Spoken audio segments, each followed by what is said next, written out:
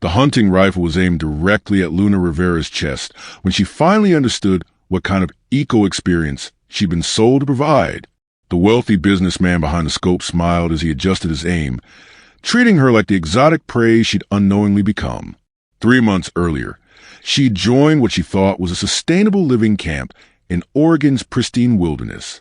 Now she crouched naked behind a fallen log, part of some sick game where environmental activists had become the endangered species that rich men paid premium prices to hunt. The journey to this nightmare had started with hope and desperation in equal measure. Luna had been working as a marine biology researcher in Costa Rica, documenting coral reef destruction for an underfunded environmental organization. When political violence erupted and her research station was burned by illegal fishing cartels, she fled north with nothing but her passion for conservation and a tourist visa that would expire in 6 months. In San Jose, waiting for a flight to Los Angeles, she'd met Rebecca Chun at the airport. Rebecca was American, maybe 40, with a confident manner of someone who'd found purpose in saving the world. She wore hemp clothing and recycled jewelry, spoke passionately about permaculture and sustainable communities. When she learned about Luna's environmental background, Rebecca's eyes lit up with what seemed like genuine excitement. Green Earth Collective, Rebecca explained, was a revolutionary eco-community in Oregon's Cascade Mountains. They were building a completely sustainable society, off-grid and self-sufficient, demonstrating that humans could live in harmony with nature. They needed people with Luna's scientific background, her understanding of ecosystems and conservation, not just volunteers, but committed residents who would help develop new models for environmental living. The offer seemed like divine intervention, room, board, and meaningful work in exchange for her expertise. Legal documentation would be handled through the organization's nonprofit status. Luna could research, teach, and contribute to something bigger than herself while her immigration situation was resolved. It was everything she dreamed of, using her skills to actually change the world rather than just document its destruction. The bus journey from Portland to the remote mountains took 8 hours, winding through forests that grew denser and more pristine with each mile. Rebecca had given her coordinates for a trailhead where someone from the community would meet her. The isolation should have worried Luna, but after months of violence and uncertainty, the idea of disappearing into the wilderness felt like salvation. Marcus was waiting at the trailhead, a tall man with weather-beaten skin and intense green eyes. He wore handmade clothes and carried himself with the quiet confidence of someone completely comfortable in the wilderness. The hike to the community would take 3 hours, he explained, over mountain paths that were intentionally difficult to find. Privacy was essential for their work. The trek through old-growth forest was breathtaking. Massive Douglas firs created a cathedral of green. Streams ran crystal clear, and the air tasted of cedar and freedom. Marcus pointed out medicinal plants, explained the forest's ecosystem, demonstrated tracking skills that seemed almost supernatural.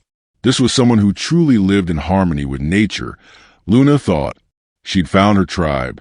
Green Earth Collective's main compound appeared gradually through the trees, a cluster of hand-built structures that seemed to grow organically from the landscape.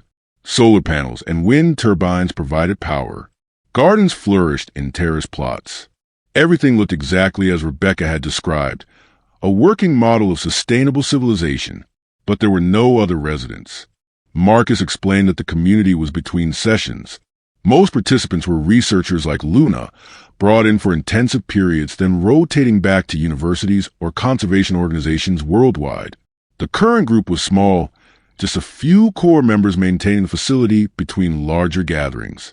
Luna would be joining an exclusive cohort focused on advanced permaculture techniques. Her housing was a beautiful yurt nestled among the trees, complete with composting toilet and rainwater collection system. The main lodge served vegetarian meals prepared from the community's gardens. Everything felt authentic, purposeful, aligned with values Luna had held her entire life. She'd never been happier to be anywhere. The first week was paradise. Luna worked in the gardens, learned about forest ecology from Marcus, attended evening discussions about environmental philosophy. The other residents were impressive. Dr. Sarah Kim, a biochemist developing natural pesticides. Tom Larson, an engineer designing renewable energy systems.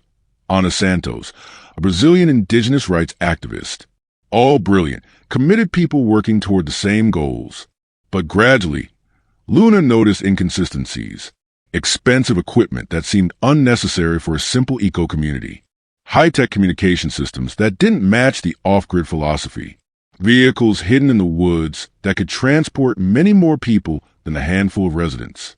And late-night conversations between Marcus and other men who didn't seem to belong in an environmental collective. When Luna asked about these observations, the responses were always reasonable. The equipment was donated by wealthy environmental supporters. The communication systems were needed for research coordination. The vehicles were for emergency evacuations in case of forest fires. Everything had explanations that made sense individually, but felt wrong collectively. 3 weeks into her stay, everything changed. Luna woke to the sound of helicopters approaching the compound. Marcus appeared at her yurt before she was fully dressed. His demeanor transformed from gentle environmentalist to military commander. There were clients arriving, he explained. Special supporters of the organization who paid substantial fees to experience authentic wilderness living. Luna and the other residents needed to prepare for their arrival. The preparation involved more than Luna had expected. She was given new clothes, earth tone but somehow more revealing than her usual field gear. Her hair was styled differently. Makeup applied despite the community's supposed rejection of artificial beauty standards. When she questioned these changes, Rebecca appeared with explanations that felt rehearsed. Wealthy environmental donors, Rebecca explained, expected certain aesthetics when they visited. These people contributed millions to conservation causes, but they were still products of their privileged backgrounds. Accommodating their expectations was a small price for securing funding that protected vast wilderness areas. Luna's role was to guide them through the forest, share her expertise, help them connect with nature in ways their urban lives didn't allow. The first client was Jonathan Blackwood, a Texas oil executive in his 60s who supposedly wanted to understand the environmental impact of his industry. He arrived by helicopter with armed security, expensive outdoor gear that had never seen actual wilderness, an attitude that treated the forest like his personal playground. This wasn't someone seeking environmental enlightenment. This was someone playing at being outdoorsy while surrounded by luxury and protection. Luna's job was to accompany Blackwood on a wilderness experience that lasted 3 days. She was to teach him about forest ecology, demonstrate traditional survival skills, help him feel connected to the natural world he was destroying through his business. In exchange, he would make substantial donations to Green Earth Collective's conservation efforts. But the experience quickly revealed its true nature. Blackwood wasn't interested in learning about ecosystems or conservation. He was interested in Luna. The questions became personal, then inappropriate. The touching started as seemingly accidental contact, then became deliberately invasive. By the second day, he was making explicit demands about the services he expected for his donation. When Luna tried to refuse, to maintain professional boundaries, Marcus appeared with cold explanations about reality. The Green Earth Collective wasn't a conservation organization. It was a business that provided wealthy clients with fantasy experiences they couldn't get elsewhere. Environmental role play with beautiful, educated women who could convincingly discuss ecology while providing whatever services the clients desired. Luna's expertise in marine biology wasn't needed for research. It was needed to make the fantasy convincing. Wealthy men paid enormous sums to feel like environmental explorers while sleeping with women who could intelligently discuss the very ecosystems these men were destroying.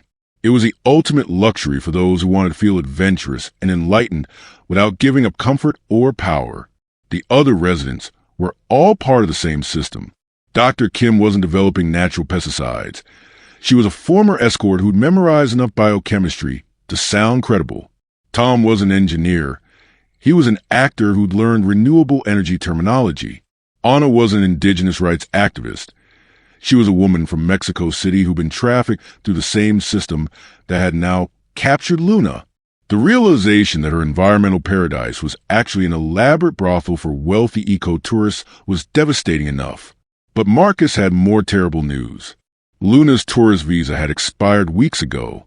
Her legal status was now completely dependent on Green Earth Collective's protection. If she refused to cooperate, She'd be turned over to immigration authorities and deported back to Costa Rica, where the fishing cartels were still hunting environmental activists. Worse, the organization had documentation proving her willing participation in prostitution. Photos, videos, signed agreements that had been disguised as research contracts. If she tried to report the operation, she'd be prosecuted as a willing participant rather than believed as a victim. The evidence against her was overwhelming and convincing. Jonathan Blackwood's 3-day wilderness experience became a blueprint for Luna's new existence. During the day, she'd guide wealthy clients through the forest, discussing ecology and conservation with genuine expertise. At night, she'd provide whatever additional services they paid for. The clients ranged from oil executives seeking to understand their environmental impact to tech billionaires wanting to feel connected to nature without giving up luxury. Some clients were almost kind, treating her like an expensive escort who happened to be able to discuss carbon cycles and biodiversity.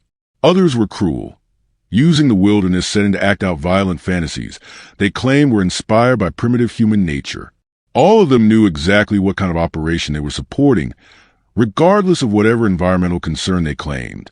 The hunting experience came during her second month.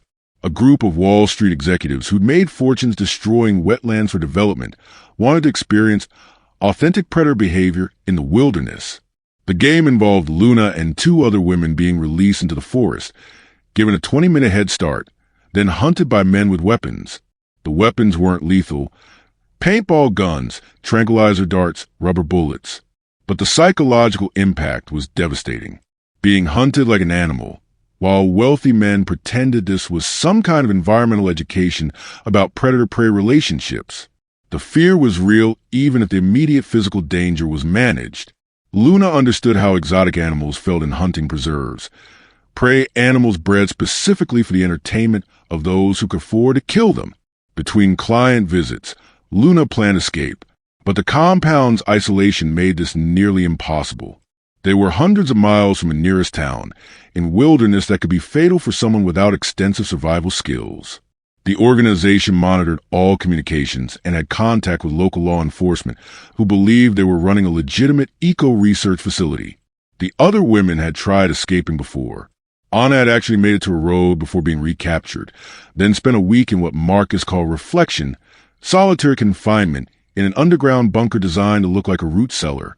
Dr. Kim had tried to contact authorities through hidden communication devices, but the organization's legal structure was sophisticated enough to deflect official scrutiny. Marcus revealed more about the operation's scope during Luna's 3rd month. Green Earth Collective was just one of several facilities operated by a network that specialized in providing extreme experiences for ultra-wealthy clients.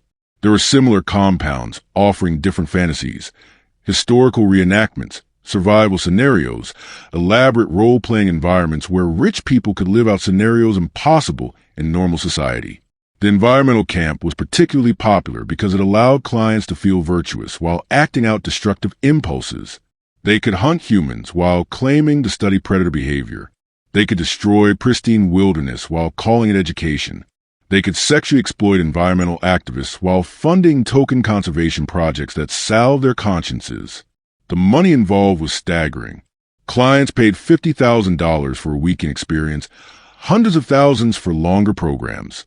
The profits funded legitimate-looking conservation organizations that provided cover for the operation. Some environmental groups unknowingly accepted donations generated by the sexual exploitation of women like Luna. Winter was approaching when Luna finally found her chance. A new client, Robert Chun, was different from the others. He seemed genuinely uncomfortable with the situation, asked careful questions about her background, appeared shocked when he understood what was really happening. When Luna cautiously revealed the truth about the organization, he believed her immediately. Chun was actually an undercover journalist investigating corruption in environmental organizations. He'd been tracking suspicious financial flows and had paid for the eco-experience to gather evidence. Luna's testimony provided the human dimension to his investigation, proof that the money trail led to actual victims rather than abstract financial crimes. The rescue operation took weeks to organize. Chin had to gather enough evidence to convince federal authorities that Green Earth Collective was a trafficking operation rather than a legitimate research facility. He worked with FBI agents who specialized in organized crime, building a case that could survive the organization's sophisticated legal defenses. Luna had to maintain her role during this period, enduring more clients while secretly gathering information for law enforcement. She documented the facility's layout, identified key players in the organization, provided details about financial operations and client lists. Every day risked exposure, but she was desperate enough to take the chance. The raid came just before the first snow, federal agents arriving in helicopters while local law enforcement surrounded the compound's perimeter. Luna was with a client when the operation began, another oil executive who was paying for a primitive survival experience that involved hunting her through the forest. The look of shock on his face when FBI agents emerged from the trees was almost worth the months of degradation. Marcus and his associates were arrested, though the investigation revealed they were middle management in a much larger organization. Rebecca Chen disappeared before the raid, probably warned by contacts in law enforcement. The financial networks that funded the operation proved too complex for a complete prosecution. Money had been laundered through dozens of legitimate environmental organizations. Luna's legal situation was complicated, but ultimately resolved in her favor. Her cooperation with the investigation, combined with clear evidence of trafficking, qualified her for her AT visa. The documentation Marcus had used to control her actually proved the coercive nature of her situation, once examined by investigators who understood trafficking patterns. The clients faced varying consequences.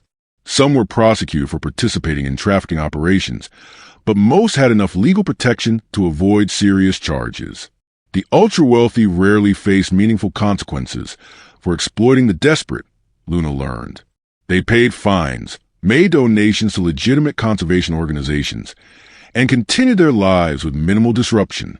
Luna testified at trials, faced defense attorneys who tried to portray her as a willing participant who'd only claimed victimhood when caught. But the evidence was overwhelming. The fake environmental organization, the coercive control, the systematic exploitation of women's environmental passion. Several defendants were convicted, though their sentences seemed inadequate given the scope of their crimes.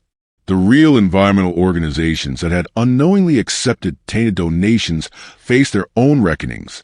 Some returned the money once they learned its source. Others kept it, arguing that conservation was more important than the crimes that generated funding. The environmental movement struggled with how to address the revelation that some of its resources came from exploiting environmental activists. Luna remained in America, working for a legitimate marine biology research institute in California. Her expertise in ecosystem documentation had real value in actual conservation work. She published papers about coral reef destruction, testified before Congress about environmental protection, built the career she'd originally dreamed of pursuing. But the trauma remained. Wilderness settings triggered panic attacks. Environmental conferences reminded her of how passion could be weaponized against those who held it. She dated carefully, found it difficult to trust anyone who claimed to share her values. The green movement that had once felt like home now felt contaminated by knowledge of how it could be corrupted.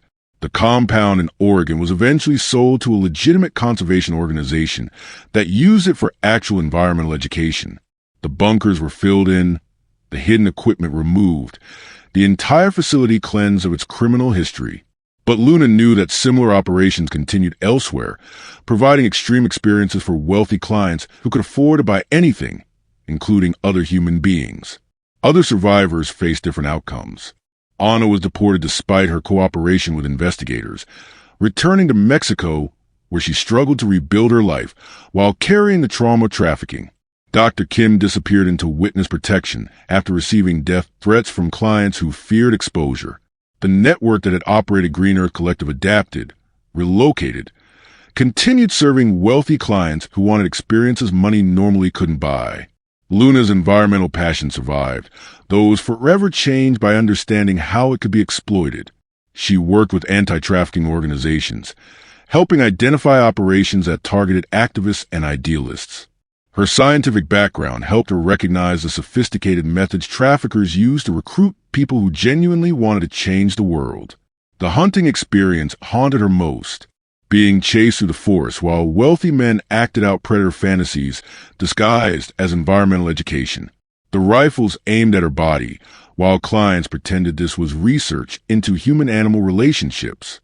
The knowledge that ultra-wealthy individuals paid enormous sums for the experience of hunting environmental activists in wilderness settings. She kept the hemp clothing Rebecca had given her, not from sentiment but as evidence, proof that even the most convincing environmental rhetoric could hide exploitation, that traffickers studied their targets, learned what they cared about, then used those values against them. The clothes looked authentic, felt authentic, but had been chosen specifically to make her comfortable with her own exploitation. Speaking at anti-trafficking conferences, Luna emphasized how different her experience had been from typical trafficking cases. She'd been recruited through environmental organizations, controlled through immigration status, exploited by clients who claimed to care about conservation. Traditional trafficking indicators hadn't applied because the operation was designed to target idealists rather than the desperate. Law enforcement struggled to address networks that targeted activists and environmentalists. These operations were sophisticated, well-funded, and carefully designed to avoid traditional trafficking indicators. Victims were educated, passionate, initially willing participants who'd been gradually coerced into situations they'd never have accepted up front. The clients who'd paid to hunt her remained largely anonymous, protected by the organization's careful documentation and legal structures. Luna sometimes wondered if she'd encounter them in normal life, at environmental conferences, conservation fundraisers, places where wealthy people gather to discuss protecting the planet they'd paid to destroy through their entertainment. Robert Chun, the journalist who'd helped expose the operation, won awards for his investigation. But Luna knew the story he could tell publicly was limited by legal constraints and witness protection concerns. The full scope of how environmental organizations had been infiltrated and corrupted remained largely secret, too dangerous for complete exposure. 3 years later, Luna's life looked successful from the outside. Important work, financial security, legal status in America, but she carried a knowledge that her environmental passion had been used against her, that organizations claiming to protect the planet sometimes exploited those who genuinely wanted to save it. The forest still called to her, but differently now. She hiked carefully, always aware of sightlines and escape routes. The wilderness that had once felt like sanctuary now felt like potential hunting ground. Every rustle in the undergrowth reminded her of wealthy men with weapons, tracking environmental activists for sport. She joined to save the planet and learned instead how those with power could corrupt any cause, exploit any passion, turn even environmental activism into entertainment for the ultra-wealthy. The Green Movement continued its work, but Luna now understood how vulnerable idealists were to those who studied their values specifically to exploit them. The rifles were still aimed at environmentalists. She knew, just more carefully hidden now, in operations that had learned from Green Earth Collective's exposure. Somewhere in America's vast wilderness, other camps operated under conservation cover, providing wealthy clients with experiences that turned activists into prey. Luna survived because a journalist had infiltrated the operation. But how many other environmental activists remained trapped in similar situations, their passion for saving the planet used to justify their exploitation? The movement that had once felt like hope now carried the weight of understanding how hope itself could be weaponized against those who held it strongest. The planet still needed saving. The activists trying to save it still needed protection from those who would exploit their dedication. Luna continued both fights, but she understood now that sometimes the greatest threats to environmentalists came from those who claimed to share their cause.